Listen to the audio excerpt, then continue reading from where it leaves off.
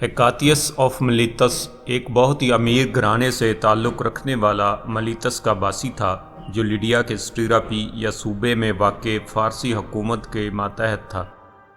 وہ گریکو فارسی جنگوں کے دوران سرگرم تھا۔ جب ملیتس کے قائم مقام ظالم ارسٹاگورس نے ایونین کی ایک کونسل کا انعقاد کیا، ہیکاتیس نے اپنے فارس کی حکمرانی کے خلاف بغاوت کو منظم کرنے کے لیے ملیٹس میں سرکردہ ہم وطنوں کو اس اقدام سے باز رکھنے کی ناکام کوشش کی۔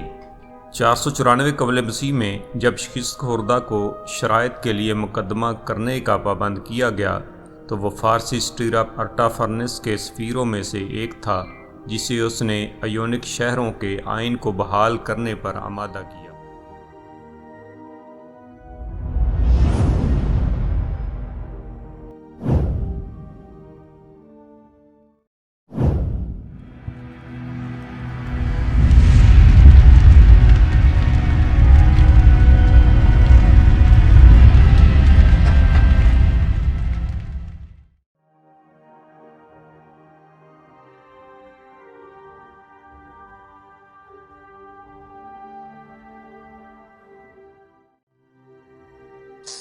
ہیکاتیس 6 اور 5ویں صدی قبل مسیح کا وہ اولین یونانی مورخ ہے جس نے علم تاریخ پر دنیا کی اولین کتاب لکھی۔ وہ پہلے کلاسیکی مصنفین میں سے ایک تھا جس نے سیلٹک اور ایلیرین لوگوں کا ذکر کیا۔ اسے فادر آف جغرافیہ کہا جاتا ہے۔ اس کے علاوہ دنیا کے اولین تحریری سفرنامے کا صحرا بھی اس یونانی عالم کے سر بنتا ہے۔ ہیکاتیس کی زندگی کا بڑا حصہ اس وقت کی معلوم دنیا کے سفروں میں بسر ہوا۔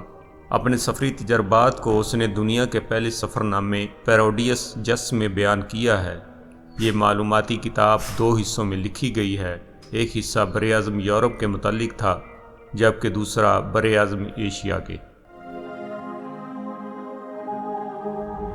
یہ کتاب جغرافیہ پر ایک جامع کام ہے جو ابنائے جبرالٹر سے شروع ہوتی ہے اور بحیرہ روم اور بحیرہ اسود کے ساحل کے بعد مراکش یعنی بحر اقیانوس کے ساحل پر اختتام پذیر ہوتی ہے۔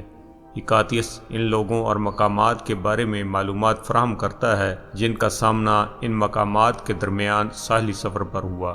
نیز بحیرہ روم کے مختلف جزائر، سیتھین، فارس، ہندوستان، مصر اور نوبیا کے باشندوں کے بارے میں کافی معلومات دی گئی ہیں۔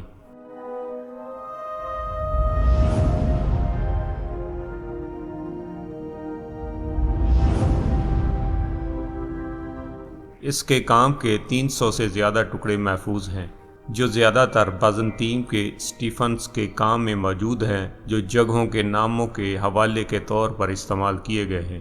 اپنے سفرنامے کی وجہ سے ہیکاتیس کا شمار علم جغرافیہ اور علم بشریات یا علم نسلیات یا ایتھنوگرافی کے بانیوں میں سے ہوتا ہے۔ اپنے سفرنامے میں ہیکاتیس نے دنیا کے ایک نقشہ بھی بنایا تھا۔